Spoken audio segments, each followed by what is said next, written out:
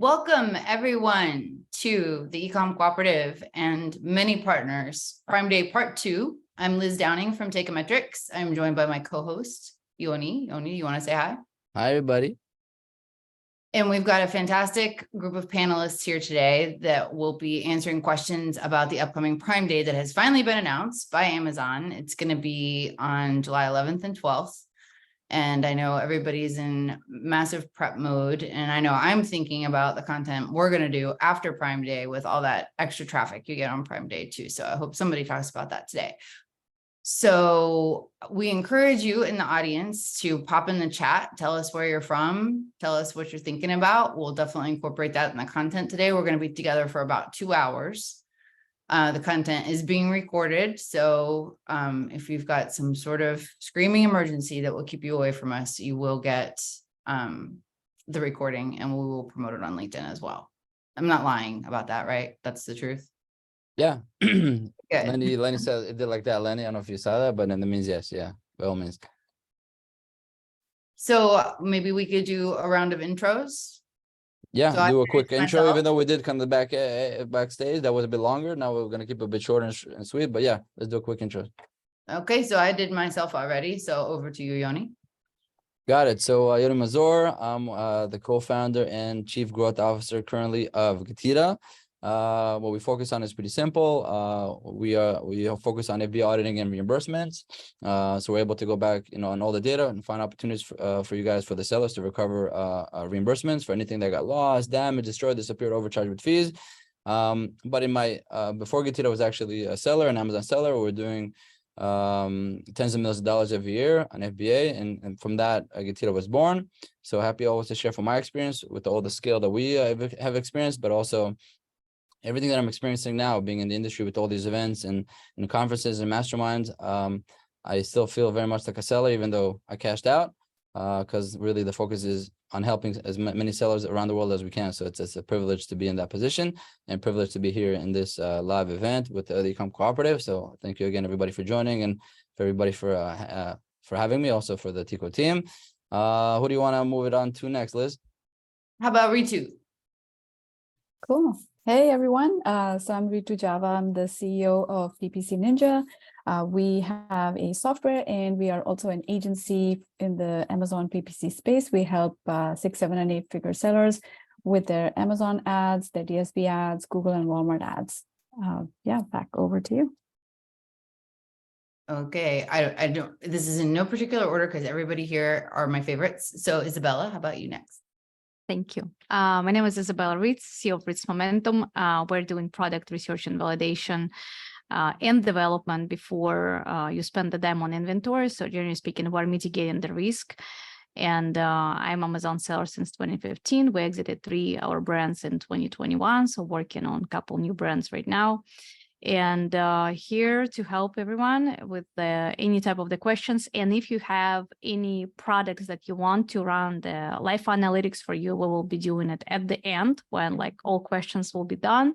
We can run, that will be live. So you will give us your ASIN and we will see what is going on the back end using different type of the software. So we might be using DataDive or Helium 10 or Smart Scout. Or Amazon Product Opportunity Explorer to check it out, what is going on. So yeah, that's shortly about me. Okay, Mina. Awesome. What's up, guys? My name is Mina Elias. I've been an Amazon seller since 2018, and I'm so grateful that I found Amazon. It was like the best thing ever. But in 2021, I started an agency called Trivium Group. We do advertising for brands who are on Amazon. We grew to 76 employees now, about 140 brands under management, and just trying to make the biggest impact that we can, helping others with their ads.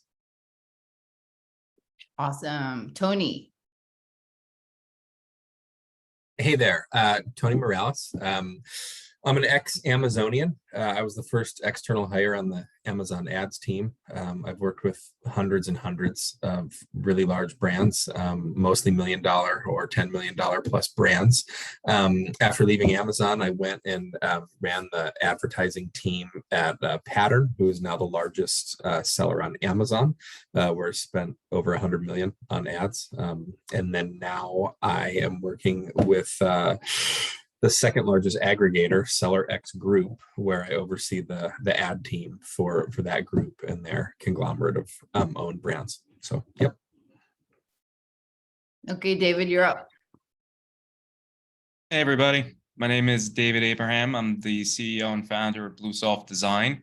We're a digital marketing agency based out of New Jersey, specifically focused on the e-com space, and mainly focusing both on Shopify and Google Spaces. So we build custom Shopify storefronts and specially designed stores that are built to sell and convert. And we help get new customers through Google channels, either through paid Google ads or through the SEO space. Awesome. Brandon. Yeah, so I am primarily a seller. I sell kitchenware on Amazon. That's more or less my day job. I have two other things that I also do on the side. One is I run a meetup for Amazon sellers in New York City. It's free. And we've been doing it for about 5 years. And then as an offshoot of that became a conference that's now become bigger than that and everything else that I helped co-found called AZ Innovate. That's going to be in November. So we're really excited for that too. Yeah, AZ Innovate, just out of my end, it's pretty much the hottest show in New York City for Amazon sellers. So it's worth the drag if you're even in California or Hawaii. Get off your seats and come. I think it'll be worth everybody's time and attention. It's so. the one show I go to in New York every This year. was one of my first The best. Amazon shows. Yeah, it's going to be 2 days this year too. So all the more reason to come. Nice. Also the best backpacks. Wait until this year. Nice. Well, you're gonna be giving like Toomey bags? No, we've got another backpack. We're working on it. Nice. Well, and certainly not least, Lenny. Hi, everyone. Lenny Ash. I'm a co-founder of MMX Distribution, which is a white glove Amazon agency. Help brands manage their Amazon account and A to Z, from logistics, shipping, and marketing, listing creation, SEO, the full gamut. And I also am a co-founder of AZ SellerKit, which is a software that helps sellers automate their pricing and in general, just business analytics and business management also. It's a platform to help private label sellers on Amazon kind of just do business in general. And so happy to be here and contribute and add value in any way I can.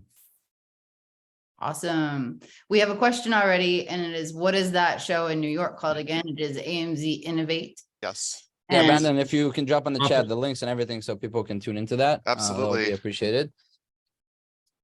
I will do that right now. Yep. All right. Let's keep running.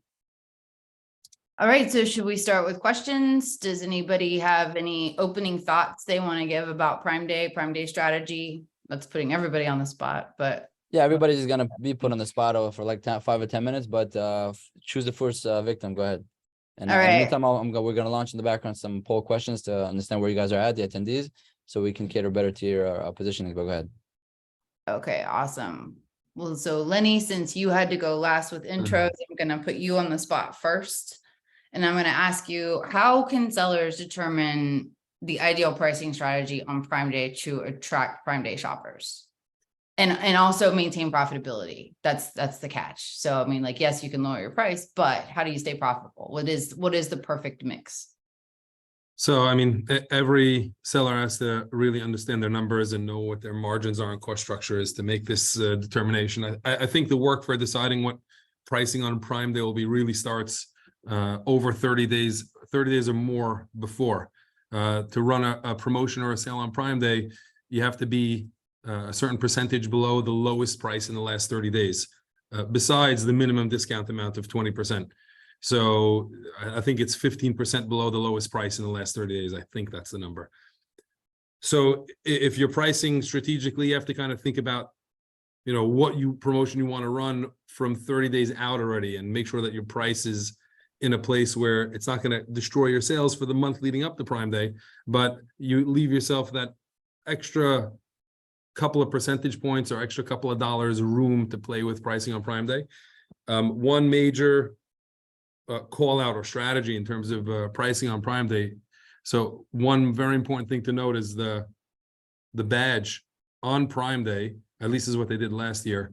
Any seller that comes to Amazon.com, their journey starts in the search bar usually. When they're searching for whatever, Amazon would filter the results that items that had Prime Day deals running only. So if you weren't running a Prime Day deal, you're not going to show up in the search results. So it's important to run a Prime Day deal. Could you afford the discount or not? If you have one idea, a creative idea is if you have listings that have variations, you can pick one variation and discount it. And then that listing will show up in the search results because you have the Prime Day badge. And then once you get the traffic in the door and they get to your listing, they'll see the other, you don't have to run as big of a discount on the other items. You can put a coupon or some other promotion just to throw some candy to be in the spirit of Prime Day. But you don't have to destroy your margin across the entire listing. If you have variations on your listing, you can play that game. So I guess summarize, you have to look at your pricing and think about your Prime Day strategy from 31 days or earlier, and adjust your pricing so that you'll have room to discount on Prime Day. And if you have variation listings, you don't need to discount the entire listing. If you can't afford it, just pick a loss leader to get in the search results. That's an awesome answer. Well, so thinking about that and thinking about your setup and getting prepared, it makes me think about listing optimization. So Izabella, what are some of the key elements that sellers should be focusing on in terms of optimizing their listing specifically for Prime Day or another key selling event? So I want to add something to the pricing. Amazon can offer you to have the Prime Day deal, and you will have this blue button. And if Amazon didn't offer it to you, so you can always go into Amazon, and Amazon have Prime exclusive discounts in your, I believe, promotion, advertisement, and I think promotion tab. So you can download your promotion to Amazon. And it was a question here, can you raise your price to discount it later? Amazon is not stupid. Amazon is not dumb. Yeah, so this is for Andres. He was asking about it. Yeah, you're right. So yeah, so you cannot raise your price to discount it. Amazon understand what price you've been selling at, so don't try to trick here. It's not going to work. However, if you've been selling at let's say $30, you can create the recommended discount of like $5-7 off or 10% off. Like it's supposed to be at some point like 10-15%, and it will be enough to have this Prime exclusive discount. So my personal opinion, and it's matching Brandon Young's opinion as well. So if you will be in a negative when you'll be running this campaign during the Prime Day, don't do it. However, most of your competitors, they're actually running this campaign and they have this blue button. So their rank will be lower, which means their sales will be higher. And if you will be on a background, you will lose your ranking. So it will not be beneficial for you. Prime Day is a blessing and a curse at the same time. So you can have a lot of sales, doesn't mean you will have a lot of margin, but at the same time, your competitors are doing that. So you should be somewhere in the middle. So just work and play with your pricing.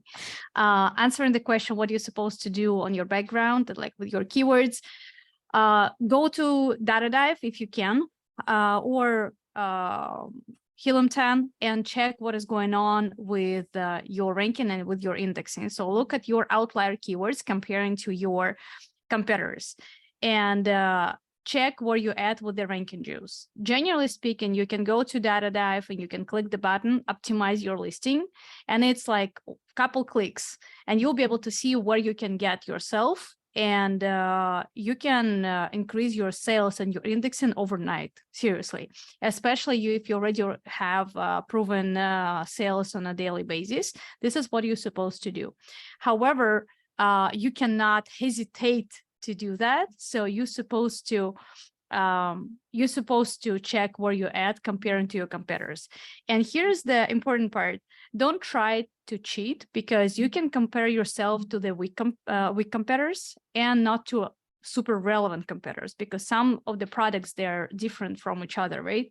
So make sure you're comparing yourself, your ASIN, to the very, very similar products, and you're comparing your product to the products that are selling pretty much at the same level as yourself. So don't go to the shark pit, but at the same time, don't go to the weak sellers as well. And then you'll be able to, again, you can optimize, you're optimizing title, you're optimizing bullet points, and you're optimizing description. And another part here, because we still have time, like about 2 weeks to Prime Day, don't change. If your listing is already performing well, don't change dramatically everything at the same time. Change little by little, like literally sometimes just based on one keyword at the time. Nice. Yeah, it's interesting. Yeah, it Sense. seems that the overwhelming majority here of the attendees and sellers, they carefully target the keyword. So I think that was a good point to push over there into those directions. Liz, you wanted to follow up? Well, so when we talk about keywords, we always need to think about what those keywords will end up doing for us, right? So we want organic search, but we also want to maximize our PPC campaigns during that time. So Mina, thinking about Amazon specifically, what strategy do you recommend for optimizing PPC campaigns to maximize visibility and sales during Prime Day? Okay, great question. So it's like here's like the facts of things that I'm seeing happen.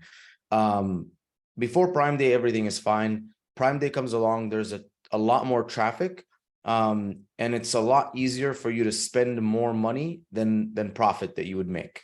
Right. So like, you know, it's happened many times where your revenue will double, triple for that day, but your ad spend also increases by a couple thousand. And then all of that extra profit that you made goes, or maybe you lose some profit. So the conclusion was like, you want visibility as much as possible on Prime Day. You just don't want it to be paid visibility because it just costs too much money.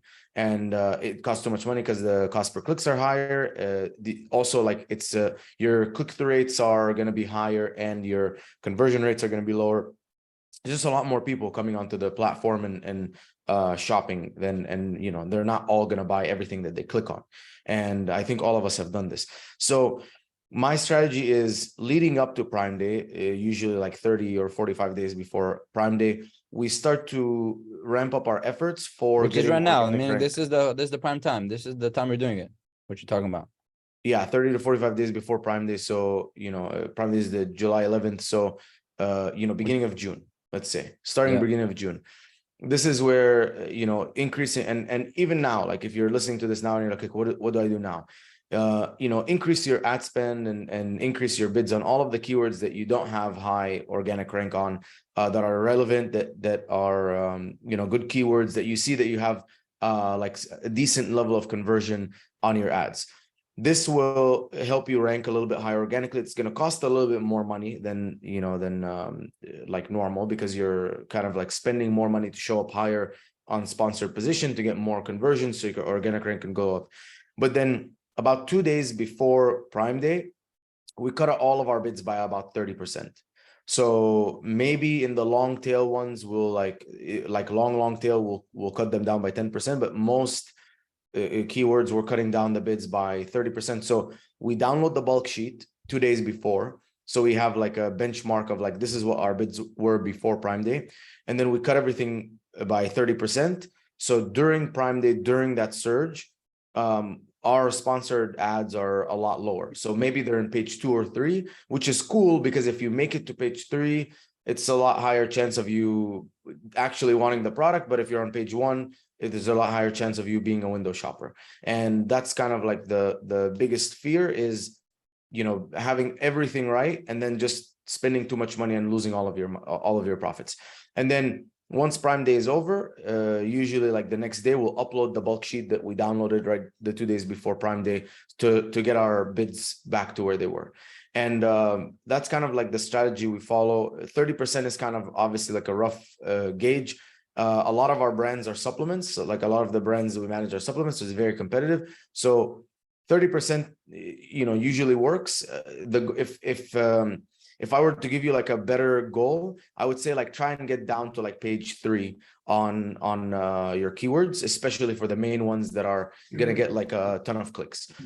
For the other ones, maybe the long tail ones, you're fine with being in the bottom of page 1 or page 2, and your organic visibility should really help you make money. What do you That's do with on the PPC budgets? side. Sorry, Huh? what do you do with budgets? Budgets are usually the same. Yeah, unless there's like a campaign that is doing really, really well, and we're like, maybe it's gonna spend a little bit more and the ROAS is already high, we can open it up. But usually our budgets are anyways like pretty high, 500, 1,000, 2,000. So we kind of give it as much room as it can spend because the ROAS is good.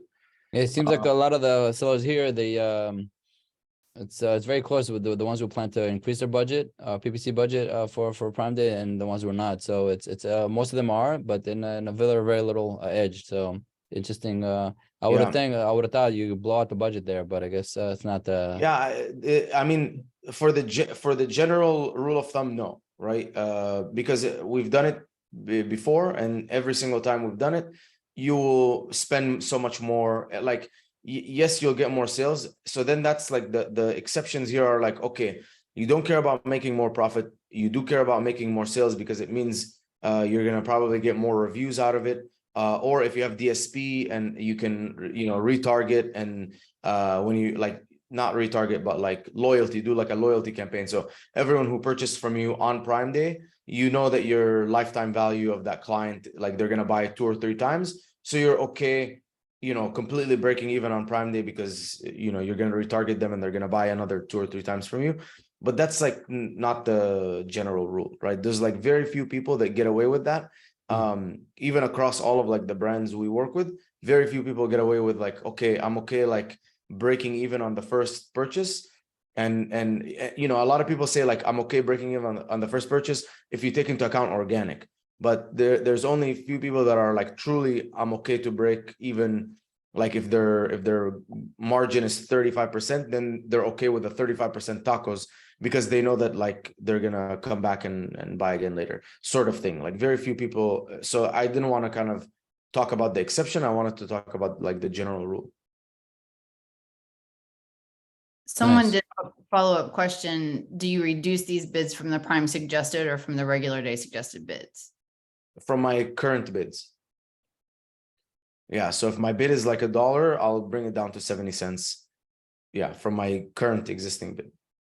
Good. And it's probably a good idea also like to be extra cautious about anything that's not converting well. So if you have keywords that are spending money, not making sales, it's probably a good time to just pause all of them, and then you can unpause all of them after, because it's not the time to be like experimenting with keywords. And because it's just like anything that's happening will just get amplified. So that makes me think about types of ads, right? So I mean, like sponsored product is obviously the bottom funnel. That's what you're going for a whole lot. But Ritu, are there any, I know that Amazon really wants us to focus on upper funnel. Is Prime Day really the time to do that? Like what ad formats or creative elements tend to perform well during Prime Day? Is it that upper funnel, or should you concentrate on the bottom of the funnel? Yeah, great question. So I also had some thoughts on what Izabella and Mina just shared. So maybe I'll just conclude that and I'll get to this question. So I loved what Izabella said about Prime Day is a blessing and a curse. It is so true. And it's even more true this year than any other prior year. And I'll tell you why. Amazon's come up with some new strategies for promoting their Prime Day even more this year as compared to last year. One of the key things that they have launched is, notifications with Alexa. So you can get deal notifications, like as a shopper, you can actually tell Alexa to keep checking your wish list, either your wish list, your cart, or your save for later. And it will prompt you when you have the lowest deal on those products. So basically Amazon is training people to go after the lowest deals, right? So even if you try very hard with whatever deal you have, this year your competition is going to be much higher than ever before. So that's just one thing to note. The second thing is that Amazon has also launched the buy with Prime option, right? So this year they've already launched their early Prime Day deals with the Shop with Prime group. So anyone who is on Shopify and has a Shop with Prime, You mean like a buy with Prime, yeah, BWP. Buy with Prime, yeah. So the buy with Prime option is already live, starting like now, 21st June. I think they already started the early Prime Day deals, and anybody who's offering those deals is already kind of running them. So the point is that it's all about the deals. So do you have a deal or you don't have a deal, right? So if you have a deal, then you obviously want to maximize your visibility and you want to maximize your conversion. And I loved some of the ideas that Mina shared about protecting yourself and kind of building up to Prime Day, and then on the days of Prime Day and that week, actually, because they tend to extend it, do some sort of conservative management of your bid so that it doesn't kind of blow through completely. You're already giving a deep discount, and then on top of that, your ads also going to eat into your bottom line.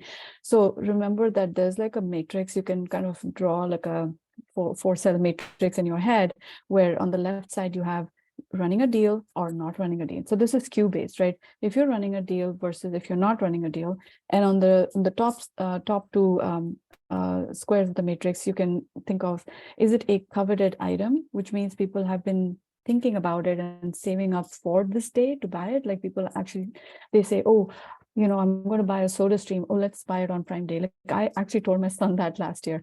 He said, I want a soda stream. And I was like, we'll buy it on Prime Day. Why are you wasting your time, your money right now? So it's one of those things where if it's a coveted item and people actually think about saving up for Prime Day on that day, that's one of the top things. The other type of thing is an impulse buy, which means, okay, if it's a deal, it's on a deal, then I'm interested in buying it, but otherwise I wasn't even looking for it, right? So imagine that matrix of deal, no deal, coveted item versus impulse buy. And you'll notice that only the top two, if they will get checked, which means only if you have a deal and only if it's a coveted item will it actually get you traffic and conversions.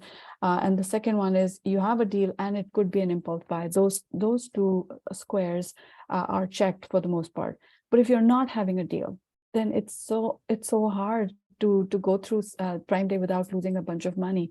Also, if you have no deals, and even if it's an impulse buy, people are going to say, no, let me look at somebody else, because they're going to be shopping, comparing, they're already adding stuff to their cart and so on. So just remember, I self-identify which SKUs are going to be in the deals and which ones aren't going to be in the deals. So the ones that are in the deals, answering now Liz's question of, okay, sponsored products are the primary way of kind of getting in at the top of the page. But I really like sponsored brands as well. Sponsored brands don't necessarily have to be brand building tools. I think that Amazon has kind of conditioned us to, as sellers and advertisers, they've conditioned us to think that sponsored brands is for brand building, but you can always design it for bottom of funnel conversions by using longer tail, right? And so where do you get that longer tail? You can actually go to brand analytics of last year to check what keywords were trending back then. Is there anything there that you can already kind of pick up and make those your, pretty long tail keywords from sponsored brands, and then you're leading them to very specific sub pages on Amazon. That's the part that most people don't do very well. They just land everybody on the homepage in your storefront. That's like you're losing a committed buyer and you're turning them into window shoppers, because then they have all these other options and people are kind of, again, not in the buying mode. They're like, oh, now they have to again figure out what they want or what they were looking for. Don't distract them. Make it easy for people to click on add to cart right now, instead of hiding it or adding friction to the journey. So using sponsored brands to with long tail keywords, picking up from last year, even your own data from last year would be good enough to pick up. And then the second one I like is the sponsored display ads, but I like to run them on, let's say, other people who don't have deals running on. Now, a little bit of that might be a day off decision, because you don't know what deals they're going to be running. So definitely in that morning, like, check to see if your competitors and their SKUs are on deals or not. And if they're not, then those are the targets for you to kind of go after, because if someone happens to be on their page, then your ad shows up, and it's generally a very favorable position, like right under the buy box or right under the bullet points. Those are good placements for contextual targeting. And then the third one I would say is Ritu, do you have a list of all this stuff? It's interesting if you have this kind of on Prime Day itself, that kind of to-do list. What you mentioned with the competitors, everything. I think it's pretty strong. Anywhere you can, or you can sum that up on the chat or something, sure. so people can I have could do that. a little SOP for that. Would be great. Sure. Yeah. I mean, I think that the last thing I wanted to say is just that, knowing your lifetime value, if the customer is likely to be coming back to you, then maybe your investment in Prime Day is totally worth it. Then you don't need to worry too much about whether it's on a deal or not on a deal. Maybe a light coupon or whatever can win you a new to brand customer that you can keep, retargeting over time. So yeah, those were some of the ideas for it. I won't take any more time. Back to you, Liz. I can honestly, and have listened to you for 90 minutes, but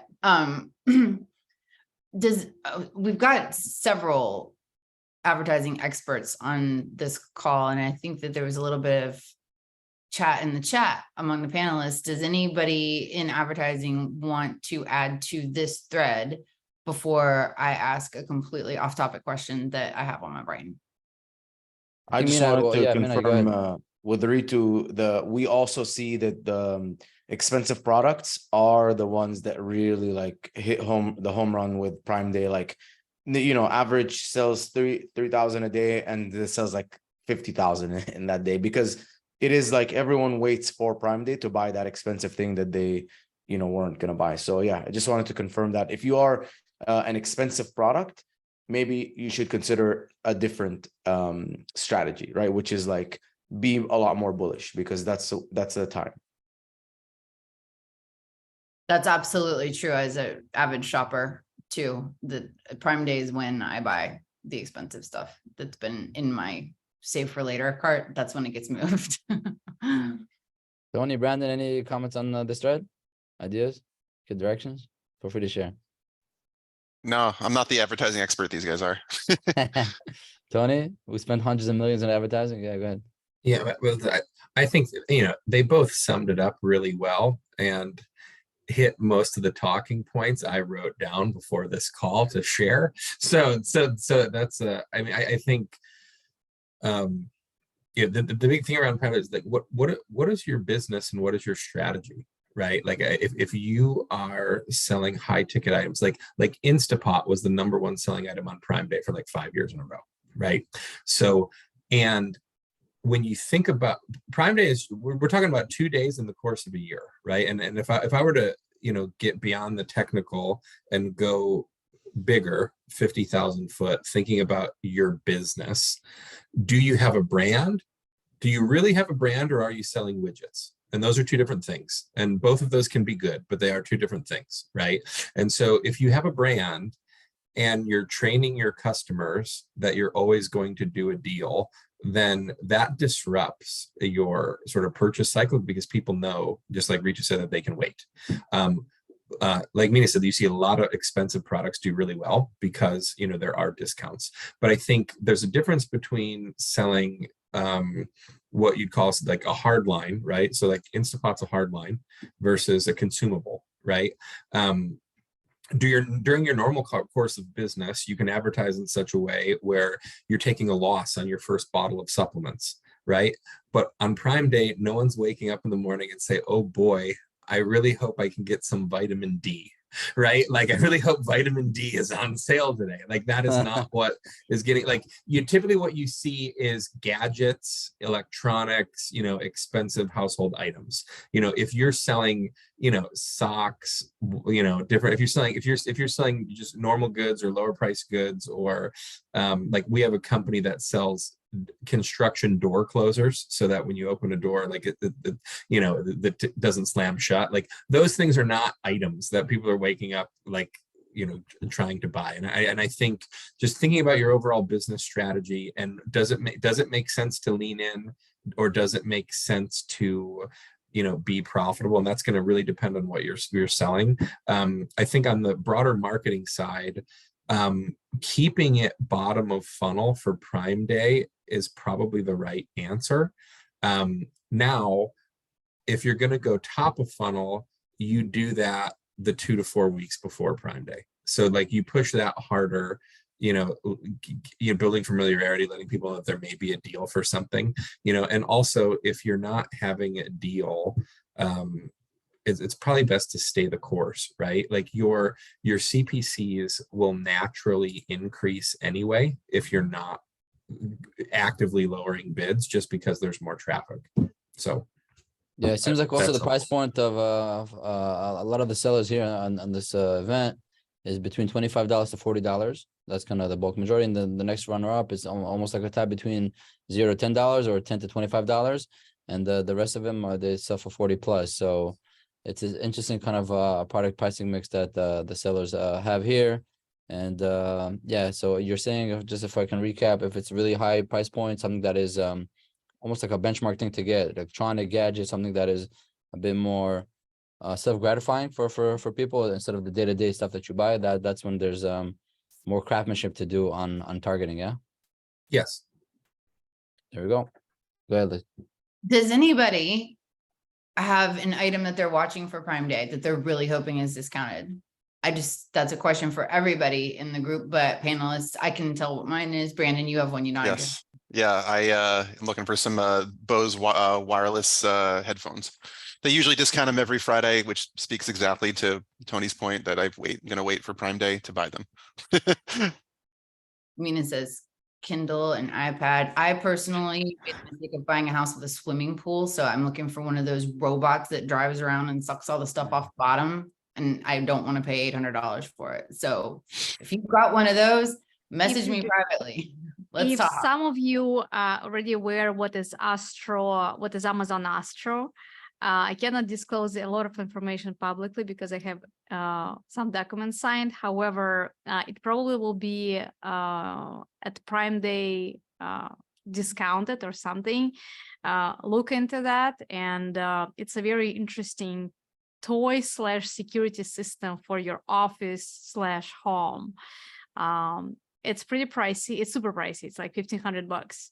But if it will be discounted and you have a big office and you probably will like it. Just I don't have anything that is usually planned to buy, but I just go on Amazon and like go into the rabbit holes. It's a robot. It's a robot. It's Amazon robot. Robot. It's actually like moving Nice. around. I usually on Friday try to just go and look at the deals, and then I usually buy stuff though. I bought I didn't know about this earphones that you don't put on your ears, you put next to your ears. I forgot the name of the brand. Shock Beats. What's it called? Aftershocks, I think it's called. And then it turns out it's a big brand, and they use it. A lot of athletes use it because they run, and because if I put stuff on my ear, it just flies out. I have small ears. Yeah. So the Aftershocks, I put it next to my ear and I run. It's amazing. It's really good. And it was, instead of like, I don't know, $180, it was like $110. So that was legit. I bought it. And then I saw that after Prime Day, the price went up. So it looked like a legit deal, but I usually pick up something, even though I don't plan to do it. I just like to go and have the Amazon experience. So thank you everybody here for making those experiences, Yeah, of course. Well, so one thing you can do if you want to pick what product that you're gonna discount on Prime Day is watch a webinar like this where a bunch of Amazon related people talk about the stuff they want to buy on Amazon. So pro tip 1. But Brandon, what are some other considerations when you're like choosing which products to run promotions on? We know that you want to be bullish with your advertising for expensive products, but like what goes into the selection process for the right items to do promotions on? Yeah, so Amazon just like wants you to promote everything and discount as much as possible. They really just try to like hammer you on it. So, you know, I definitely try to have at least some kind of deal if possible on every product that I like really can. But you know what I do focus on, and I literally took this from my to-do list over the last like week or two since I was like literally getting ready for Prime Day. But the first thing I did was I was looking for products, and this I looked over this at least for the first couple of years, but just products that are going to be charged long-term storage fees, products that were really overstocked on, products that are going to be just sitting forever and ever in our warehouse. You know, Prime Day is like an island of sales through like a slow summer. So if I've got dud products that aren't moving, like that's the first thing I really want to focus on. Cause like one, I can also provide a really good deal because I kind of just want them gone. Right. And I know what my storage fees are going to be. I know that I have, you know, 465 days of inventory or something, right? Because it just never sold. So I'm like, let's get rid of as many as we can. Let's move these. I know I'm going to be paying long-term storage fees in Amazon unless I remove them. So like I will let them go just to let them go. So that's the first thing I'm kind of focused on, and it's not as like exciting as, you know, big selling products, but that's probably the first place I'll go. And then, you know, I'm going to look at some of my newer products. You know, I'm still trying to get those products to rank better. So, you know, I'm happy to do a good discount on that too, even if I'm not making as much money as I want, just to goose the ranking. I think Prime Day, you know, is a great time of year to, you know, really goose ranking on products, especially if you're giving discounts, if you're getting really good sales on it. So I'm going to look towards that next to just kind of see, you know, what I want to do there. And then, you know, lastly is like, obviously like the most exciting is the most profitable products. I'll go there, and I'll really work on those. And there, you know, I'm really, you know, checking more inventory status to make sure I have enough inventory for the deals I want to run. Because a lot of times with the best-selling products, they can sell like really, really quickly. So I'm kind of judging a little bit more based on, you know, the inventory I have, but for most of them, I've been preparing inventory for the last 3 or 4 months, so I'm pretty much okay, but that's kind of what I'm checking, and checking like profitability on that and the deal, what Amazon wants me to do, for all that as well. Can I ask a question? Yeah. On the overstocked inventory that you've been sitting on, Jeff, 435 days on hand. Yeah. In all likelihood, that stuff's not getting any traffic, right? No sessions or a very limited amount of sessions, right? Because the Amazon will penalize it if it's not selling. So when you drop the price on that or do a crazy Prime Day deal, are you putting any ad dollars behind it to get it some extra exposure? Or do you just mark down the price, and do you find that just creates traffic, just having the price? Yeah, so the products that I'm thinking about, I've actually been already marking down the price a little bit because I've seen ahead of time where this is headed. So I'm like, this isn't selling for $20. Now it's going to see if it sells for 15. Okay, now 11, now 10. And I'm like, all right, I'm making some traction at 10. So, you know, this product that I thought was going to be a big hit at 25 is now selling for 10. Just, I got to get rid of it. But you know, on Prime Day, like, yeah, I'm just going to probably just drop the price and not really put much ad dollars behind it, because like, you know, I guess it depends on what I'm expecting to get back versus, you know, this is a lower price product I'm specifically referencing here, but if it was a higher price product, I probably would, because like, you know, I'll just, you know, do a removal order and just have them all disposed at the end of all of this and be like, okay, I'm done. But if it was something that was like a $400 product, like, yeah, I'd probably want to get back as much as I can. Cash, yeah. Yeah. Hey, I have an idea too. David, I wanted to ask you about actually driving traffic to Amazon and doing promotions around Prime Day on places that it is not Amazon. So if you're like Brandon and you've got a product that you're like testing with, you're planning to reduce the price, but you don't really want to put PPC dollars on Amazon behind it, what are some good strategies to drive traffic to Amazon? And then what are some good off Amazon strategies to make the most of Prime Day? So as far as, getting traffic to Amazon, I mean, Shopify does a good job at working alongside your Amazon store. I mean, when it comes to Prime Day, you're focusing more on sales on Amazon than you are on Shopify. That's really where your attention is going to be focused on. So as far as like optimizing your website and getting prepped for Prime Day, I think of it more as, instead of, focusing on getting the sales to your Shopify store, focus on retaining customers and earning lifetime value on your Shopify store. So, if you have all this influx of sales coming in on Amazon, you have all these people with eyes on you, take advantage of that. You can drive that traffic in certain ways to your Shopify store. I know this idea is kind of like a little bit taboo, but some people, put inserts and, in their Amazon packages to kind of get people to their Shopify stores, whether it's things like, warranty registrations, rewards programs, but you can use that traffic to build up your email list on Shopify. But I would say just to really focus on, the customer support part of it, do your best to try and retain those customers, have great customer service on your Shopify store, make sure you're implementing things like contact forms, live chat, ticket systems. You want to offer a top tier experience when people are coming to your Shopify store. Do your best to capture those emails whenever you're submitting a contact form on Shopify. It's always retaining a customer's information, and you can use that to blast out for Prime Day. You can use that email list to retarget in your marketing campaigns. Those emails can be used in a million different ways. And so if you're already kind of doing that already during the regular year, you think I think it would be pretty good to use that email list or the traffic that you build and the engagements that you have directly with the consumers and drive them into Amazon, right? That's the one way to do it. Meaning when you build your own list during the year, then when Amazon comes with this extravaganza, you can drive that traffic and special codes or coupon codes into your Amazon listings. And I think Amazon rewards, correct me if I'm wrong, guys, Amazon rewards a lot if you bring outside traffic into Amazon, but that converts, not just like false traffic. It's like that's a big bonus, or no? Typically, anybody can pick up on Izabella, Ritu. What do you guys see on the metric side when outside traffic comes in and converts? Is that like a big windfall or no? Typically, yes. It's always depends. Like you cannot, when it regarding conversion and sales and traffic, it's never one question, yes or no. It's a complexity, because like if you have a spike and you have a lot of sales, what at the end of the day you have in the pocket? Like what's your profit margin there? But that helps if it goes well, it helps the organic, right? It helps your organic. Yeah, like lately, what we noticed, and I'm sure all our PPC specialists have noticed that too. I mean, like it's like lately means a year or more than a year. Everything you spent on Amazon, you can have like 70% ACOS, but your tacos will be like 10 or 15 or maybe 7.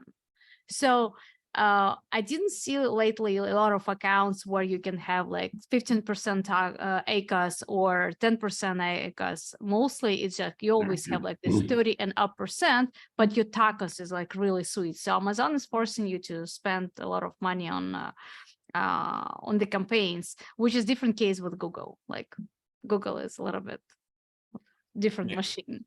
Yeah, and Facebook too. Go ahead, David. Yeah, sorry, apologies. So you're saying.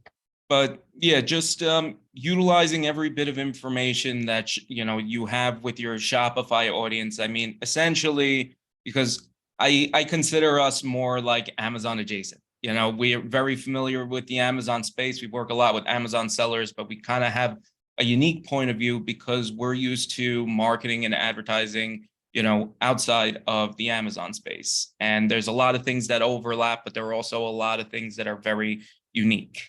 And Shopify ends up acting as your base of operations for your brand.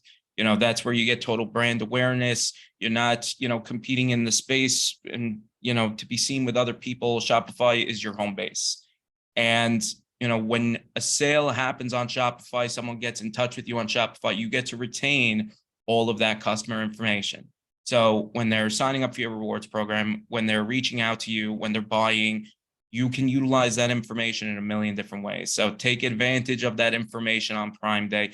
Another big one is the Buy with Prime program. That is a big one, for the Shopify space. And, it can, it's a one-click checkout feature that, allows all the fulfillment to be funneled through, through Amazon. There are a lot of benefits that come with the Buy with Prime program. If someone comes and buys, on your Shopify store using Buy with Prime, they get, Prime support. They get one day fulfillment through Amazon. And, there are a lot of, been seeing a lot of marketing campaigns that are geared around items that are exclusive to the Buy with Prime program. So like some people, you can be selective on which items are available using Buy with Prime and some aren't. And some people create entire categories and entire, marketing campaigns around items. David, did any of your clients try it? Your user or clients try to Buy with Prime yet, or any? So we're still rolling out Buy with Prime. So for us, especially in the marketing world, it all comes down to data. It all comes down to time. So for us, it's still fairly new. We're still rolling it out. I've spoken with other agencies, other members, some internals from Amazon that are seeing some fantastic numbers on the Buy with Prime program. They're talking huge conversion rates jumping up by 200, 300%, just because people see that Amazon branding that you can now use on your Shopify store, and people know that, they trust it, they recognize it, and are more inclined to buy when they see it. Especially with websites and marketing, your number one job in the beginning is building up trust and building up awareness. You have all these people that don't know who you are. When they're buying on Amazon, they have the safety of Amazon behind them, so they know that if it's a new business that they're buying from, they're protected. When they come to Shopify store, you're working on building that brand. They don't have that familiarity yet. So when they see that Buy with Prime, that Amazon branding, they automatically feel more inclined to buy, a lot more comfortable. So that's definitely a way that, you can utilize the Amazon space in your Shopify store. And it definitely just helps with conversion overall. Nice. It seems like, with the poll we just ran, most of the sellers here do sell multi-channel, which includes the Shopify store or Walmart or other channels. So this is good advice. So if you do have a Shopify platform or considering doing it, there's more levels of harmony you can play with along with Amazon, especially with the Buy with Prime. So you drive all this traffic into Shopify, but once you have that Amazon emblem element and experience with the delivery, I know that as a consumer, I would just buy it, right? If I know I could just check out with that, they have my wallet, and then I'm gonna get within a day or two. If I have an issue, I deal with Amazon instead of the website. Me as a consumer, which I'm not a good consumer because I'm strict. I don't like to buy places I'm not familiar with or I have no trust. But that definitely brings in the trust barrier. So that's always interesting to see how this things rolls out long term. But how does Shopify look at the whole situation with the Buy with Prime, as far as you understand, David? So I know they were, there were some rough points in the beginning when it was just rolling out. There was a little bit of butting heads. We weren't sure if, Shopify was, there was a talk at a time that it wasn't compatible with Shopify. It was a little bit messy in the beginning, but it looks like they both came to an understanding. Buy with Prime is rolling out on Shopify stores. No stores are getting in trouble or penalized for rolling out, Buy with Prime.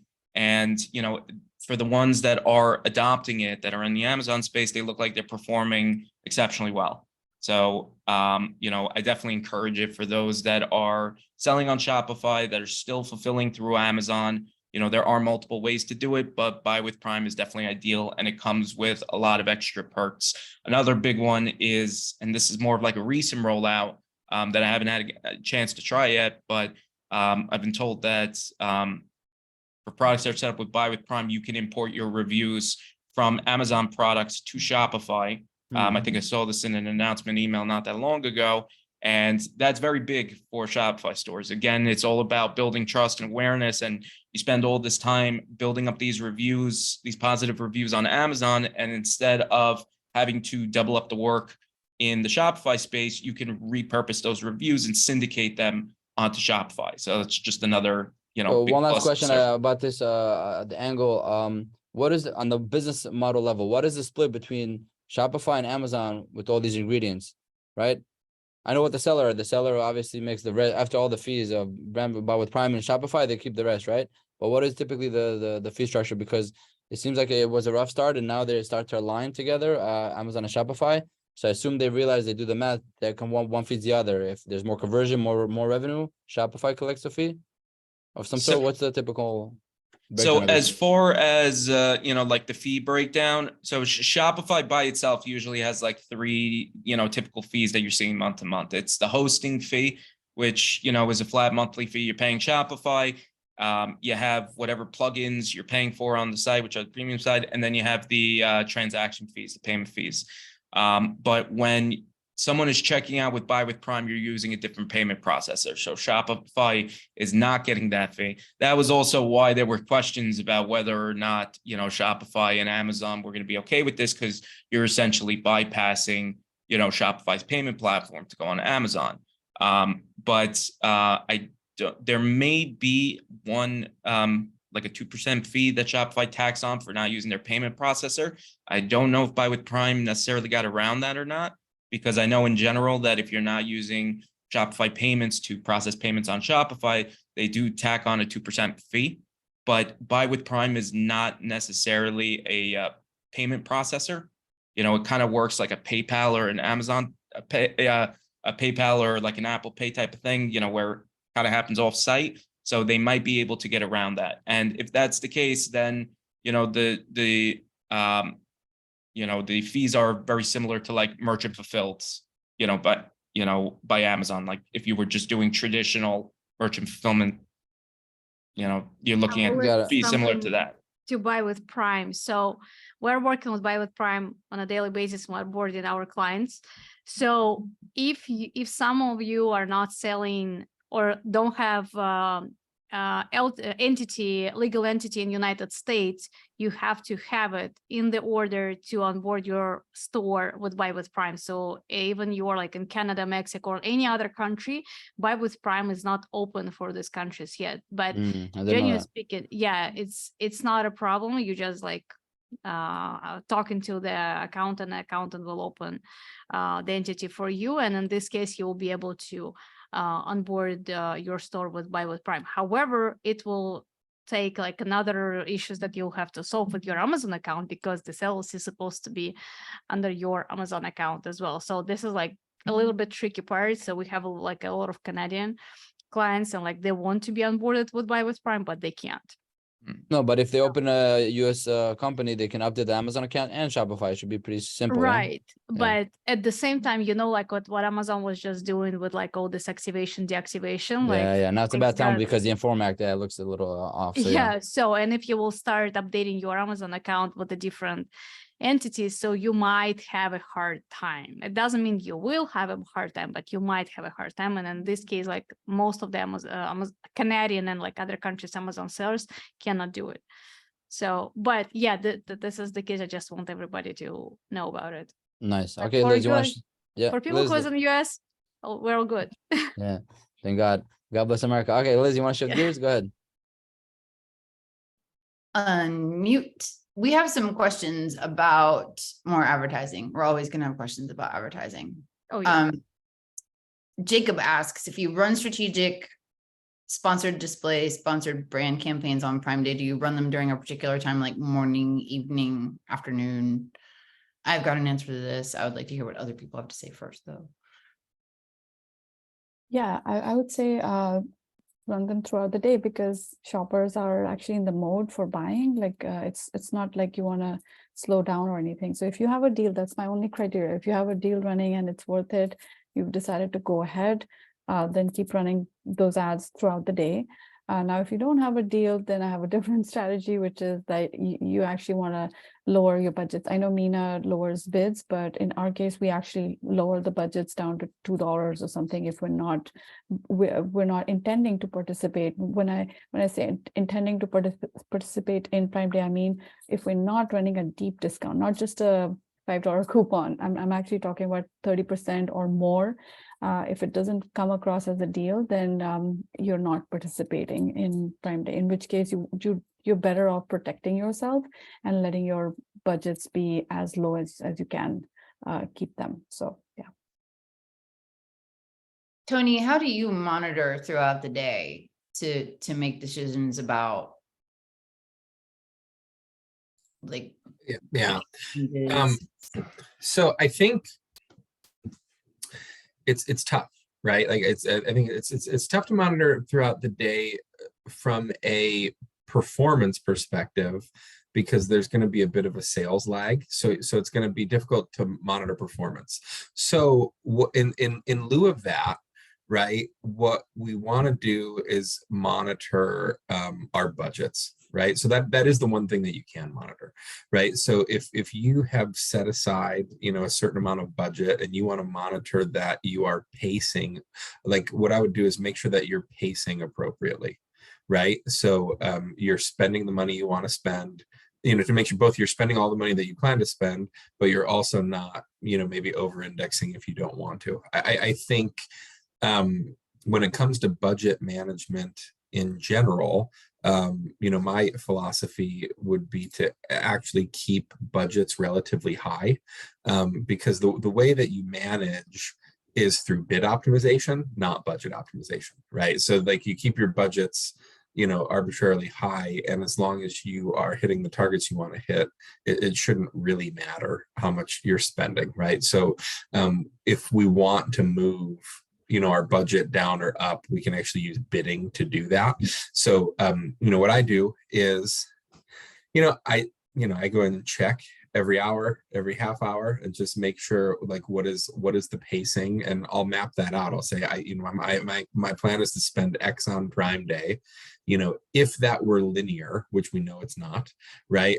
You know, if that were linear, you know, what would it be? So I have like a linear chart, and then what I do is I'll typically try and pull like a heat map of how average sales are throughout the day. Like we know that you know, before 8 a.m., there's not tons of sales. You know, the peak sales time is often between 6 p.m. and 9 p.m. in the evening on Amazon. That's really the moneymaker time. And you know, you want to have, you know, time for that. But also, you know, I think if you are running a deal and the type of deal you're running is time sensitive, then you know, you may want to be pushing budget during, like, say if you're running a lightning deal and you're, you know, it's 4 hours, you know, that's going to be that window during that time for that deal where you're going to want to push a lot of your budget. You know, but you know, budgeting and day parting can be really interesting also depending on the type of product you know are selling. Like, you know, for example, you know, let's say you're selling mattresses, right? Well, what you're going to see if you're selling mattresses is that there's a lot of browsing that happens during the day, or what I call, you know, browsers, not buyers. But the vast majority of online mattress purchases actually take place between like 10 p.m. and 2 a.m. because people are they're in their bed. They're typically next to their other decision maker, right? And they're not sleeping well, and they flip their phone and they're like, hey, what do you think about this? So like, depending on the kind of, like, what you're selling always matters, right? Because it can change sort of what happens throughout the day. But I think you know, deciding what you want to do profit wise before you even begin, you know, based on your deals is important. And then, you know, doing your best to monitor budget, I think is really kind of the best you can do during Prime Day. Somebody talk a little bit more about day parting. Mina. Yeah, then we'll take a question from Lee. I think day parting. So okay, so here's like my issue with day parting, right? Is like the data, you can't really ever like validate the data, or because we know like there's attribution delays and all of this stuff. So you know, it's hard to say like if you run an ad from 10 to 2 that it's going to do well unless you actually run the ad. So the only way is like, okay, let's you know, bump everything up between like 10 to 2 when the conversion rates are higher or whatever, and then bring it back down after 2. But I've done that so much, and I've never seen any significant like more than noise change. Like, you know, like if it's like week over week, like the, you know, profits are fluctuating 1%, let's say like not like 1,000, you know, plus or minus. I've never been able to like go to 1,500 or 2,000 by day parting. So I've tried day parting many times. I have not found, I know Ritu, I think you mentioned that you've been able to do it. I haven't found something that works. I don't know, maybe I'm doing something wrong, but I just haven't seen any use of day parting that was like useful. Just to clarify, I'm the basic guy, right? So day parting is basically you take your budget and you say certain times out of the day or the week, I simply shut it off, right? So I know it's kind of a day, it's a graveyard shift, and the less traffic, or the traffic is not really the kind that converts, I'm going to take my foot off the pedal. That's the way. Or you can lower the bids. Yeah, if Okay, you, I so mean, there's company software that has automation. So you can say like from 2 p.m. or let's say, sorry, from 10 p.m. to 8 a.m. when like no one's like shopping, lower the bids by like 30%. You can do stuff like that. So yeah, I mean, you can lower the bids, turn it off. It's up to you. I think that will be a huge discussion across the industry just to talk about that science of day parting, of Yeah. turning it off or reducing it, and then bring as much data as we can to have a final verdict, so to speak, or at least map it out on categories or the nuances of products, because I think there's a lot into that. But Ritu, go ahead. Yeah, so I just want to say that there's like different opinions about day parting. I don't think anybody is fully convinced that this is the way to go. I'm sure there are people that will go with the flow and say, okay, this must be good, because everybody's talking about it, this must be good. But if you really go down and understand the science behind day parting, what we're basically saying is that if we get hourly data, we have a little bit more insight on, for example, things like conversion rates, not just sales, but we're talking about conversion rates and ACoS at certain hours of the day or certain days of the week, when we know that things are generally bad, like extremely high, 60% ACoS, above 60% ACoS, etc. Those might be good indications of, okay, whatever happens in this time, it's not doing that well. Now, obviously, if something is in the ballpark, you're not going to take decision on noisy data. Like if you're literally at 20% ACoS and your day, hour of day is fluctuating to, let's say, double 30 to 40, you're probably not going to be able to do much about it because you have that big looming thing of attribution. You don't know when the data will actually come in and close the story, and the story can change completely after a couple of hours even. So that's one thing. That's what makes it a little hard to just go all into day parting. The second thing is the time to purchase. Now, this information was not so far available to us, but now it is. So there's something called AMC, right? People who have access to Amazon Marketing Cloud can actually look at both these things, and basically the time to purchase tells you whether the attribution will be significant or will it be just very minor. For example, there might be time to purchase could be 10 minutes or under for, let's say, 80% of all your sales. This information can be viewed through AMC. I've actually done it. Like I've actually exported time to purchase and then mapped it out like a pie. So 80% of all sales get completed in 10 minutes. What happens to the remaining 20%? The remaining 20% are spread out between 10 minutes and 7 days. So it could be anywhere in between that, and you can see that spread over time. So that's going to be your error, right? That margin of error, you'll have to kind of live with it if you're going to go all into kind of making decisions based on the day parting. There's a new thing that Amazon is now talking about, which is on the organic side, the retail analytics. I think it's called RRA or something like that. It's coming out soon, right? It's an API that gives you hourly sales information, which then can actually help in kind of improving the whole and building that picture of like you're making some adjustments with ads, and then you're also seeing how data comes in by the hour. So I think we're getting to a place where day parting will become more usable. For now, it's a little bit of a noise, and for those who don't have access to the tools that do it, it's going to be a bit of a gamble because you might actually turn off stuff at the wrong time and then not see the results. And so then at the end of the day, it'll be like, oh, I don't know why I did this. It's not really helping. So I would say I'm also kind of in Mina's camp, like in the sense that I'm not 100% sure what would be the next step to kind of taking action on hour of day. But there's one thing that I think is pretty clear: the day of week parting. That's easier to do because let's say you have mostly business buyers or you have mostly like weekday buyers. That kind of distinction you can even see in your business reports, and you can find out, okay, most of my shoppers are active on this time or that time. So then you can kind of adjust for day of week, which is easier than hour of day, is what I would like to say. Can I chime in really quick? Just to be clear, I am not advocating for day parting in any way, nor have I seen any compelling evidence suggesting that that's the way to go. What I am saying is, to piggyback off of what Ritu said, I think it's important to know your heat map of where your sales are coming from, because that's going to help you make better business decisions. Like, for example, supplements, right? Sorry, Nobody- Tony. He map, you mean the hours of the day, right? Yes, our hours of the day and days of the week. Yes, right. People don't buy supplements on the weekends, right? The biggest supplement purchasing day is always Monday, because that's the Tony, great. it depends on supplements. Yeah, But that's keep going. the best day to get healthy, right? And so like Now Monday's people the are drained best from day their to get energy. They start healthy. Monday Also morning, the they day go to you do work. your pill organizer and you realize what you're out of.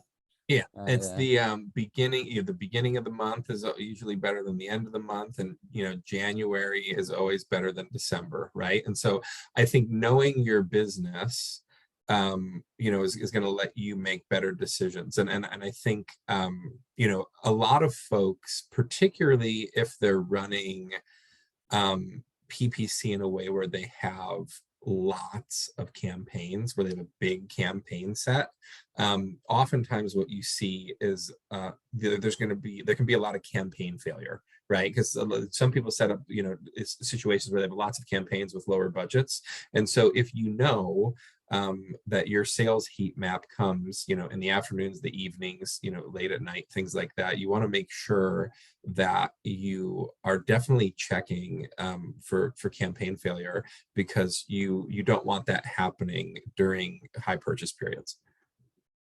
And I think and so when I'm thinking about day parting, I'm the definition is exactly what you said, Yoni, but I would say it's probably important to have an always on evergreen approach. And then if there's opportunities for you to lean in more on certain days or at certain times, that's probably the right answer versus turning something off or turning something down. That was Nice. a great clarification, Tony. We have some questions about promotions. So Brandon, put your promotion hat on. Everybody else start thinking about promotions. So the question is, for Prime Day, should we only set up Prime exclusive or Prime exclusive discount plus a coupon, both? Like what's the magic combination? And then I want somebody to sort of go through the timeline of when promotions, because there are some promotions that you had to do forever ago, but there are promotions that you can do now too. So answer Lynn's question first. And also he asked, for coupon offer, should they do by percentage or by dollar amount?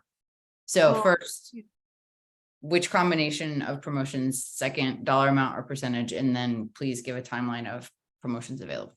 Yeah. Go ahead. Oh, sorry. Go ahead. So, Go ahead.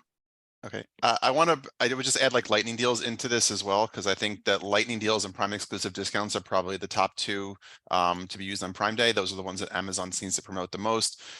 Coupons are, they're still there, but they don't get the same traction that the Prime exclusive discounts do. And so, I guess everyone I know falls into two camps, like Prime exclusive discounts or lightning deals. What do we do? How do we do it?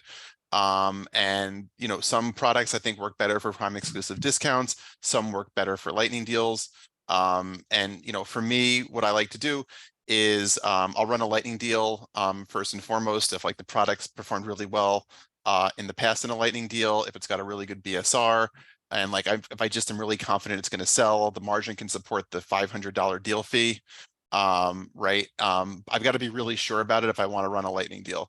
The Prime exclusive discount is free. It's easy to run. Anyone can run those. They get promoted pretty well too. And a lot of products will do actually better with Prime exclusive discounts. So I kind of run a combination of the two there. But what I do with coupons is actually a little more interesting, is I'll actually run those as almost a sweetener on either of those two.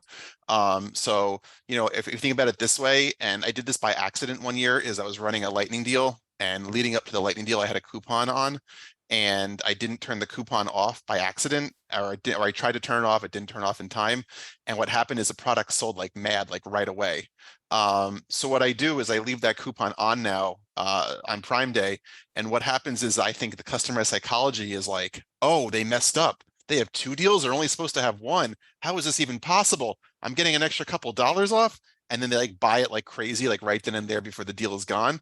And what I found that does is that actually helps elevate it to rank higher and to, for more sales, because like that initial phase of a lightning deal is what really qualifies it for that. So I've done that with that, and with Prime exclusive discounts, I haven't, but I think it's a good idea to definitely try that kind of thing. because I just think the customer psychology is they'll see the 2 deals and be like, oh my gosh, they've messed up. They shouldn't be 2 deals, or, you know, how is this happening? Or, right. And, you know, customers a lot of times too will forget that there's a coupon there, or they'll see the coupon, but they won't actually add it. So like when I look back through my data, coupons only have like a 50 to 60% like actual like clip rate or you know, redeem rate. So like, you know, it's almost like free money if people think they're getting it for less than they actually are that percentage of the time. In terms of like percentage or dollar amount, I think it kind of depends on the product. My general opinion is I almost always use dollar amount, but most of my products are, you know, under $50 or so. And most of my coupons are for like kind of a lower amount. I think if I was doing like, you know, a much higher amount, like 30%, 40%, maybe I would try percent, but generally speaking, I think dollar always works out better, because people just like don't do that math in their head. They don't really understand it. They don't even want to understand it. They just go, oh, $3 back, great. And that sounds better than like, you know, 10% off or something. So that's kind of how I approach it.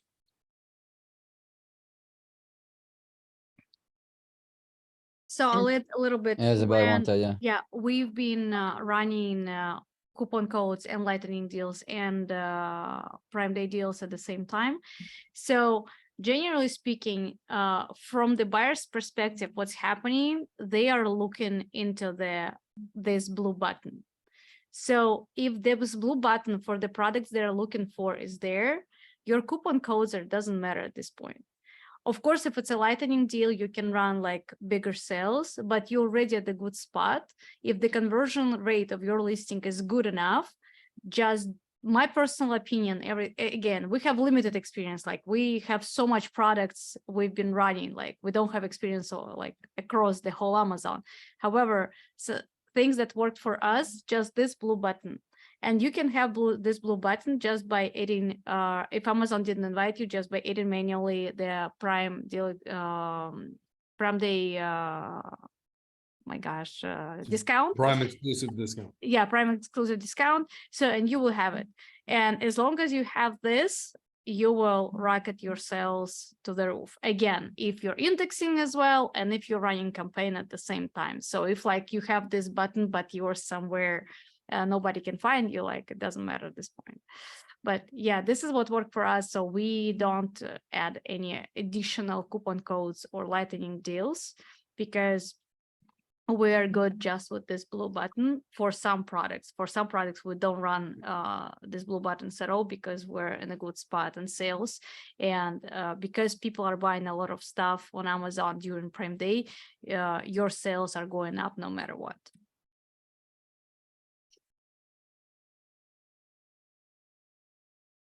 Okay, Liz, go ahead. Sorry, I just want to add one point to both what Brandon and Izabella are saying, just a technical point. When you're activating the Prime Day deal, the Prime exclusive deal, there's a checkbox right under it that says, is this a Prime Day deal? So if you check that box off, that's what will get the blue badge. If you don't check the box off, it's not going to get the blue Prime Day deal badge. So just pay attention when you're setting up the deal that you check that little box off that says this is a Prime Day deal, and then the dates will adjust automatically and it'll start on Prime Day and end when Prime Day's over. But that's Thank you, Lenny. It's a great point. Good tip. Yeah. And one more thing I would just add to that too is I kind of just set that up for all of my products, every SKU, and then I make it so that they're all just like they don't qualify to actually run, because that means the day of I can kind of update the prices, change it if I want to turn one on, I can, right? It gives me more real time, but it kind of all has to be like that campaign has to be set up prior to Prime Day. How many of those had to be set up in advance and how many can people still turn on now? The lightning deals I know are too late. I'm not sure about the Prime exclusive discounts. I think you have till the day before. I think the day of it, Yeah. you can't check the box off, but up until the day before, that button is active. And I think you really have to be pay careful attention to your emails. I think they announced it like in April. If you want to submit for Prime Day deals, that's when the email snuck into your inbox, letting you know to go check that page to see if you qualify for anything. And it expired in the end of April or early May if you want to throw in lightning deals on Prime Day. And maybe someone else can speak to this, but are the rates different? Like a regular lightning deal is $150. If you're running a Prime Day lightning deal, it's $500. $500. And you have control over the slot or Well, I mean, they give you the slot, and then, you know, if it's Prime Week, it's $300. If it's Prime Day, it's $500. Prime Week has like zero advantage. In fact, probably negative advantage than like a Prime Day deal, because like everyone is just waiting for Prime Day. But yeah, that's what they are. And then they'll assign you the timing on the deal, and then you can go through and just decide if you want to keep that timing or not, or if you want to cancel the deal. Lenny, what are some other mistakes people make when they're running promotions? And I'm curious about this for Prime Day, but I'm also curious about this like holistically. Yeah, through- disasters, like avoid disasters moment. I want to get you guys bring the Let's best zoom in disasters in the to the end past. of this thing. Come on. Yeah, the past Well, few years, the bring your biggest disasters. Yeah, disaster- be aware The of. biggest disaster, if you don't have a conversion and like the normal conversion, and you're like, oh, Prime deal, let me send traffic there. And just because you're sending traffic during the Prime Day, and even you have this blue button, if the conversion is bad, you just keep wasting your money. So like, unless you're increasing conversion and everything is good enough, like it doesn't matter. So if you don't have good sales on a regular day, don't expect the good sales during the Prime Day. So Prime Day is expanding your opportunities to increase your sales. It is not, it doesn't mean you will have sales at the Prime It Day. does the on a sell for Prime you. You Day. still have to do the sale, but you Yeah. get more Yeah. exposure for your good products to sell well. Yeah, that's true. So it's just like, if you're already selling bad, just don't try to pour a lot of money into your product by like, oh, it's something. But if you're at the launch stage, like if you're like in this honeymoon, Prime Day will help so much. Like this is not disaster, it's a good thing. Yeah, so And as I far like as that how long is idea. the honeymoon? How long is the honeymoon typically? I want to do a little quick poll here between the panels. How long is the honeymoon? Because it's not in the guidebook. It's not like in written text. You But know, how long? Yeah. I personally think that honeymoon, it's just, yeah, during the honeymoon, it might be like 3-4 weeks. Amazon is actually pushing you, and you have this indexing, like all this beautiness going on. But we also noticed if people didn't do anything with their ASIN for like 3-4 months, you still can do all this stuff without honeymoon. You still can index, get the indexing and everything just by running PPC. PPC can rank your product within like 2-3 days on the page 1. So it's like honeymoon. Yes, honeymoon is there, but it's not the Bible that you have to pray every Yeah, single Mina's saying as far as he kind of understands it, about 30 to 45 days. That's the Yeah, result I you mean, saw? I've tried going super hard in the honeymoon phase versus not going super hard, going like easy, and always going hard is like so much more worth it, because you lose money. That's cool. But if you get the sales velocity up, the number of units being sold up, it's almost like a plane. Like you just need enough, like, you know, to get it up there, and then it can like stay up and glide. And like So we've what are gotten it to typical like, limits that you see to recognize a honeymoon, just to share with the people here? so When you launch a like, product. so here's like the difference between like a honeymoon, non-honeymoon. The like, you'll know because if you did both. So non-honeymoon, like you spend more money, or like you launch more campaigns, you increase bids, increase budgets, nothing's really like moving that much forward. Your click-through rates are low. In the honeymoon phase, man, like anything you put up there, like you put any campaign up there, start spending a lot of money, you're getting sessions. Like you're able to do this like with your spend sales sessions. You know, you're able to go up as you like launch more campaigns. You're able to spend more money, you're able to get more people to the listing, you're able to make more sales. You show up in like, you're like, how the hell am I showing up in the top of page 1 on like the most competitive keywords organically, and like, so you get like this unfair kind of advantage in the honeymoon phase. And this is like the best time. This is why Izabella's like work is so important, because you make the product good enough and differentiated, so when you launch it and it's up against these top competitors in the honeymoon phase, you're getting conversions. Once you have those conversions, you're getting, you know, 50, 70, 80 units a day, 100 units a day. You can maintain it. So initially you maintain it by continuing to spend a lot of money, but over time, as you get more reviews, your conversion rate improves, and the gap between your spend and your revenue keeps increasing. And now maybe you were spending like $1,000 a day and making, you know, 1,500 in sales. Now you're spending $1,000 or 1,200 a day and making, you know, 3,500 in sales. And this is all from just, you know, you keep your foot on the gas and the conversion rate goes up. So that's why, like, I can tell the honeymoon phase, because I've launched so many different ones for even myself. I'm like, with the Energizer product that I launched, I'm like, I'm going to be very conservative. I want to be profitable, after the first 30 days. And I didn't launch aggressively. And like I was never able to get it more than like 7 units a day. And it like eventually died because it wasn't profitable. It seems And like then- Amazon created a situation where they create a little bit of an element of beginner's luck for the new products that launch out there. So you don't know exactly why, but it's kind of aligning you to it's kind of be learning. successful. I think Yeah. it's just like a learning phase. Like they're like, is this product going to get a lot of like conversions, which is going to make us more money? Yes or no? This is just my opinion, And so they're like, okay, let's put it everywhere. Let's put it against the people who are competing, and let's compare, the performance.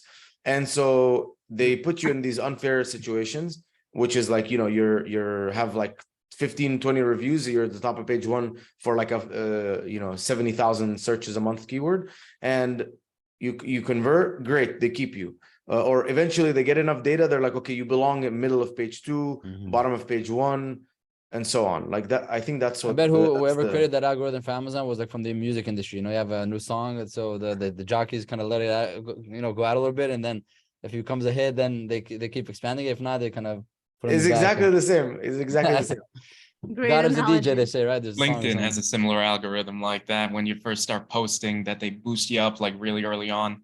Very similar. Yeah. Here, Mina, I think you have another, Mina or Ritu, to one of you, we have another question from Maris. What Yeah, Liz, you want to break steps down do you the take when questions? you launch new ASIN? Yeah. Okay, I'll let Ritu go first, and then I can. Okay, I haven't read the question. So which one is that? What steps do you take when you launch new ASINs?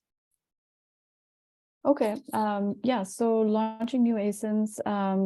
So I think it's a good segue because we start with the honeymoon period, right? Every time Amazon gives us like a little bit of benefit of doubt, they're going to allow us to, kind of get some visibility that maybe we wouldn't have otherwise. In non-honeymoon phases, we probably won't be able to get to that same visibility level with the same amount of bids.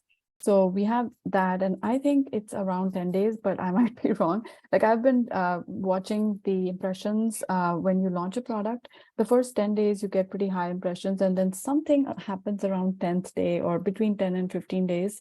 Impressions drop, all things remaining the same. Bid remains the same, everything else is the same, but impression, it seems to be like a pretty consistent pattern, but you can check it out for your categories and see if that's the case. And basically all you need to do is go back to your launch date of the last launch and see how the impressions trended in the beginning.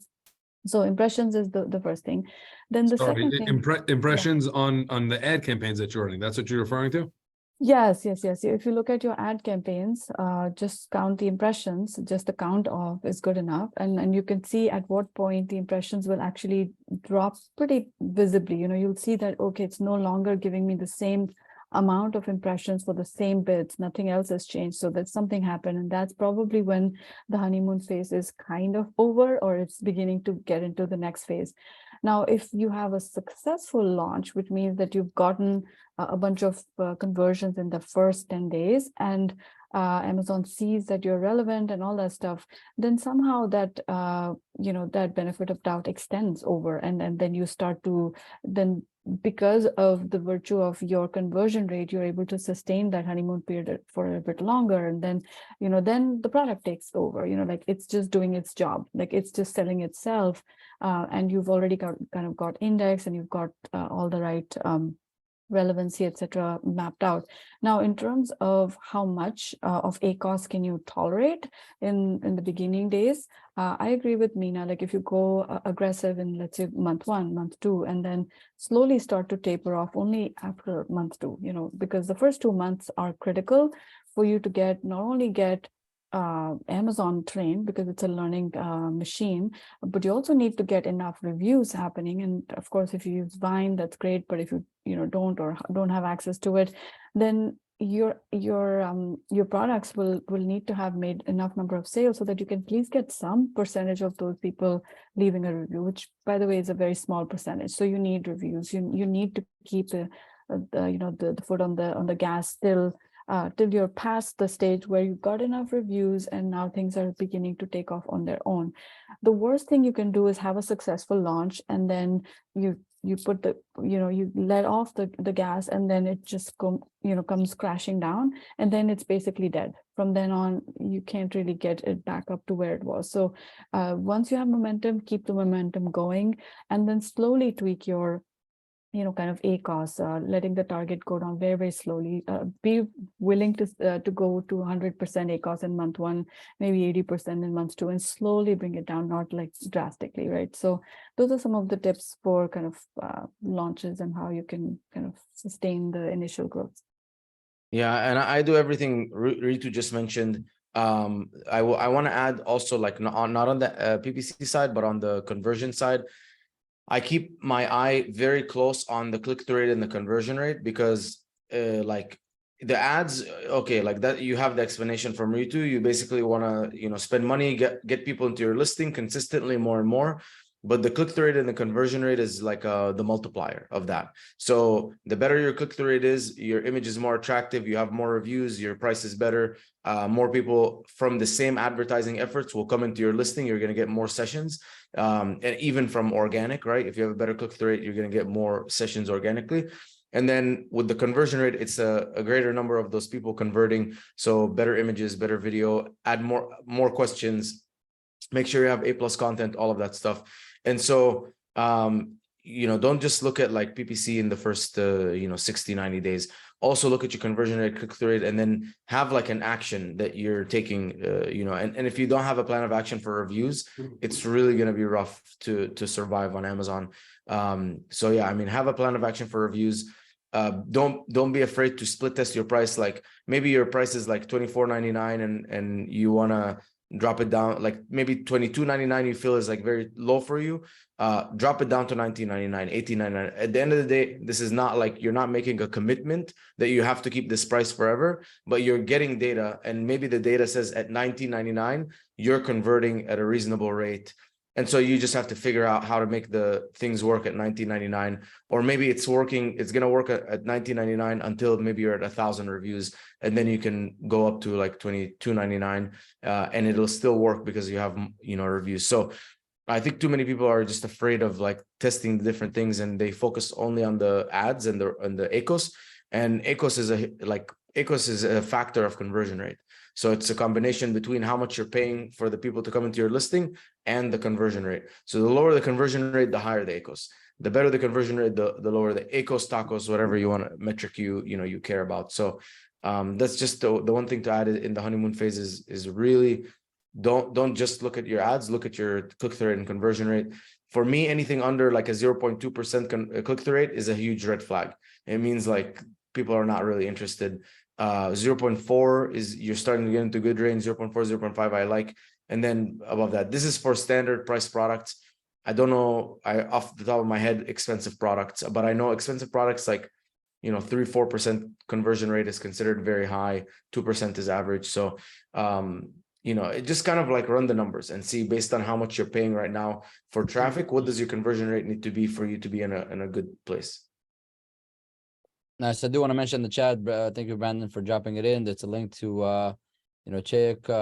Basically, that's what you check for. Explain what you posted over there, Brandon, just to make sure we get it right. Yeah, that's just the link to Prime exclusive discounts. Jacob didn't know where to go to find it. And then if you go there, you can just click for just to enable that it's going to be for Prime Day, which is the most important part, and that'll get you that blue badge. Nice. I think Tony wanted to say something also. I was just gonna going back 10 minutes to the rewind. Yeah, let's do it. Yeah, just going back to the question about what mistakes to potentially avoid. I was just saying, just make sure you set purchase limits when you're doing really deep discounts or deep coupons, discounts and deals and coupons. Setting a purchase limit of like 2 is probably ideal. And I only mention this because I've seen in both agencies, and unfortunately for a handful of other sellers, people have forgotten to check the right box. And there's some folks that will go in and they'll buy 1,000, 2,000 units, all of your inventory, right? And then they'll turn around and sell it at a price lower than your map. And then now you're playing a game for the next couple of months to get your buy box back. And it can just be really disruptive to your business. So just make sure that if you are doing really deep discounts, that you're protecting yourself. And make sure that make sure you get more than one set of eyes before you hit the go button.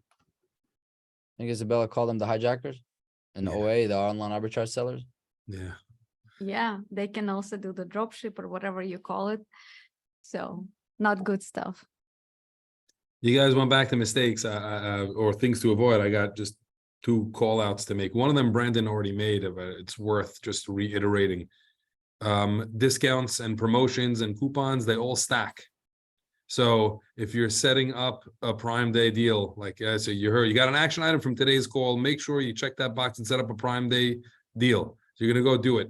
If you have other promotions running that are buy one, get one with discounts off, or you have coupons on or anything like that, the coupons will stack. So make sure you're aware of the other promotions you have running up on your account before you just go off. And, Brandon had a silver lining and learned something new, which we can all learn from, so add a small coupon on purpose, but just be aware that they stack. And the other call out was markdowns, or like Mina mentioned, A/B testing on pricing, try a 19.99 price point, things like that. In the 30 days leading up to Prime Day, just be very conscious. If you're going to try a markdown for a couple of days to see what would happen, when you do that, you just made your minimum discount amount for Prime to get a Prime Day deal now has to be off the lowest price in the last 30 days. You kind of ruined it. You So skewed if your, you were at average. $25 and you lower the price to 20 just to test something, or you wanted to run a weekend sale or something like that, something cute in the month leading up, comes Prime Day, if you had that deal running, your price is 25, you think 20 off will get you the deal, it won't. You're gonna have to do 20 off of 20. And that might put you in the red in terms of That's because Amazon averages your price points, right? I don't know if they average the price point. I think the rule is it's the lowest price in the last 30 days. I think it's lowest price, yeah. Yeah, you just have to be 15% lower than that. Got it. And then the Okay, overall. so one time you do 20% it, off the you current strikes price. out. Yeah, the That's one it, time you did exactly. it benchmarks you to the bottom. Yeah. Done. So if you're in the month leading up to Prime Day and you were planning on running promotions, and then you just are doing some, price testing in between, just be conscious that the lowest price that you're setting now is going to affect your ability to discount on Prime Day. I actually have a friend who his listing, someone just like posted like 1 unit that they got somehow, maybe they won a contest or something, and they put 1 unit up for like half price, and it ruined his entire yeah. Like an OA seller, like online arbitrage seller. Yeah, it was that kind of thing, and it was just 1 unit. They had 1 unit, and they literally cost them like like $100,000 in sales. It's a big product that does really well on those That's on the deals. flip side. That's a ninja move. I don't know if maybe if you want a black hat, maybe a competitor did that to him. Yeah, It made it seem like an innocent online arbitrager, but it's probably the competition. Sorry, you're saying. Yes, one more thing I wanted to add there is just to check if you're running lightning deals that all your variations are actually running and they're running correctly. Because I've had in the past where like the lightning deal is scheduled to run and I just kind of ignore it. I'm like, great, it's running. And then it runs and it's only like the red one and not the top 2 best sellers. And then suddenly it's just like a complete waste and like messes everything up, because if that variation sells really well, then like it starts ranking for more keywords that it shouldn't rank for. So it's important to make sure that like all of your variations are like actually scheduled to run and running correctly, and you've picked the correct one to be the main image, and like just check that all out, like the day before the deal, just before the deal, like all of those things, just to double triple How do you check. check that funneling? Just the way it's all constructed? How do you you can just look in the back end of lightning deals and just you'll see when if you click edit deal, and you'll see, and just make sure everything is selected that needs to be selected. There's no mistakes, there's no quantity updates, because they're always updating the price of what your lightning deal should be and what they want it to be. So like things that seemed okay, like now, for example, they might update before the deal and say like, okay, this actually needs to be 3 cents lower or something. Even, it could be something as minor as that, and you don't see that. And then that suddenly that variation doesn't run. And then you're running, your lesser variations. So you need to be in high gear, act as a consumer to see all the plumbing of it, but also on the back end, make sure there's no last sudden adjustments so you don't miss out. Yeah, just check on it. That's it. Just check it. Yeah. Nice. All right, anybody else want to add before I give it back to Liz to start sunsetting this honeymoon? Thanks everybody for hanging out with us, and thanks to all the panelists for opening up their brains and sharing all of that good stuff. I'm sure that we're going to make sure you can get in touch with each of these people to further talk to them about their great insights and what their companies offer, which is something we all care about. But oh, thank you, Andres. That's nice. We got to thank you. So we will see you next time. Yoni, do we know when the next Seller Mania is going to be, or should I have not said that just now? We were like Amazon, we keep it with mystery, but it's gonna be a matter of a few weeks, hopefully. But for now, it's all the attention is geared towards Prime Day and how to really give all these pointers, edges. It could be one sentence, one line, one link you got, whatever it is, that will hopefully make a good positive difference in your favor. So yeah, thank you everybody for the attendees for joining. Of course, the panelists, the great panelists for taking so much of your time to join with us today and share all your knowledge and wisdom. I'm gonna do a 3 seconds countdown. We're gonna close the recording, then we're gonna close the live streaming, but we're gonna stay. So we're gonna do an after So party. no Unofficial trivia. Yoni. No trivia. This is your show, not my show. I'm just a host, just a my panelist. God. Yeah. But Something yeah, weird. yeah. Try to keep it, it's interactive. That's usually the style that we like. So everybody's kind of involved and can share and air it out. I think that's very healthy for everybody involved. But yeah, so 3 second countdown. We're gonna start the streaming. 3, 2, 1. Okay, we're not streaming anymore. And then the recording. 3, 2, 1.